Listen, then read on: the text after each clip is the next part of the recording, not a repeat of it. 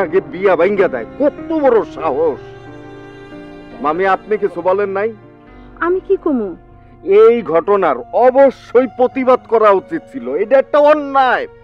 আমার তো মনে হয়েছিল ঘটনা শোনার সাথে সাথে ওই পোলারে গারে ধইরা এখানে নিয়ে আইসা কুসুমের লগে বিয়া দিয়ে দিই।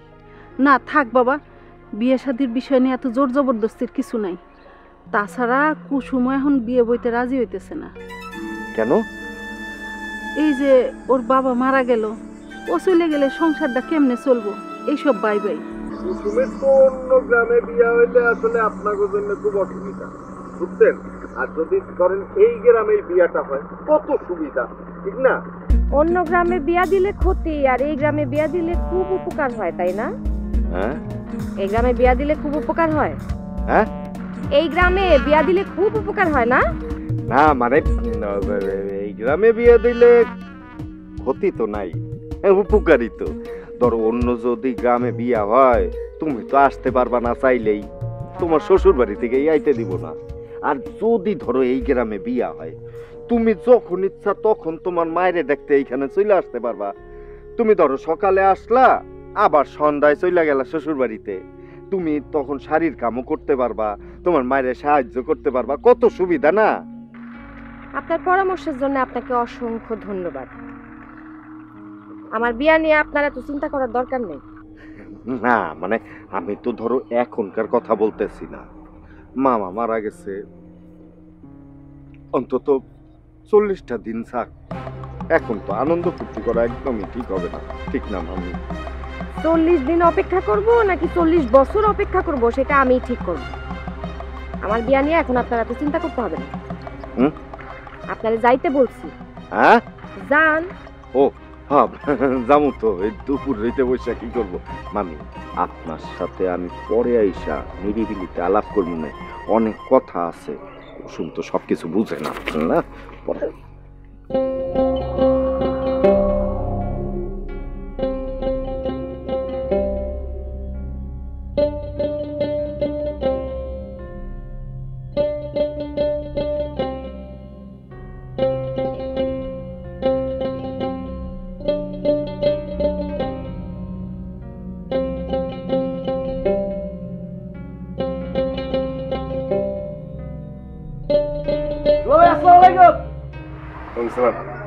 আরে জামাই, আসো আসো আসো আসো। আর থাকবো কেন? আসো আসো। আরে ভয় পাও কেন? আমি পাগল হইলেও তো বদ্ধ পাগল না, জামাই যখন তখন আমি জামাই দেবো। আসো আসো আসো। আজকে থাক। এদিকে আয়, এদিকে আয়। বল না, চুপচাপ খারাপ যাইবা কেন? তুমি তো মনে হয় আমার সাথেই কথা বলতে আসছিলা। আসো আসো, বলো বলো বলো। হ্যাঁ চাচা, কিন্তু আপনি বুঝলেন কেমনে? তোমার কি মনে হয় আমি পাগল দেখে আমার জ্ঞান বুদ্ধি নাই? শোনো, তুমি যে আমার দেখলে ভয় পাও সেটা তো আমি জানি। নিশ্চয়ই জরুরি কোনো কথা আছে, সেই জন্য তুমি আমার কাছে আসছো। বলো কি জন্য আসছো সেটা বলো। চাচা, আমি তাহলে যাই। কেন তুই যাবি কেন? জামাই শ্বশুরের মধ্যে এমন কোনো কথা হইব না যে শরমের কথা, যে ছেলের সামনে বলা যাবে না। বাবা বলো, তুমি কি বলবো বলো। চাচা, ও যদি যাইতে চাই তাহলে যাক, কারণ আপনার সাথে আমার কথাটা একটু প্রাইভেট। ও প্রাইভেট? তাহলে তো বহু চিন্তা কথা। এই শুনলি না তুই প্রাইভেট কথা আছে? যা। আচ্ছা ঠিক আছে চাচা। ওই খারাপ, হ্যাঁ ইশারা দিলে আবার আমি আবার আসু। হ্যাঁ। আরে খেলা অর্ধেক রেখে তো শেষ করলে হইব না, খেলা পুরো শেষ করতে হইব। আচ্ছা ঠিক আছে। যা। আসসালামু আলাইকুম। আল্লাহ যদি বাঁচা রাখে। শুনলো একটা প্রাইভেট কথা আছে, কোনো গুরুত্ব নাই।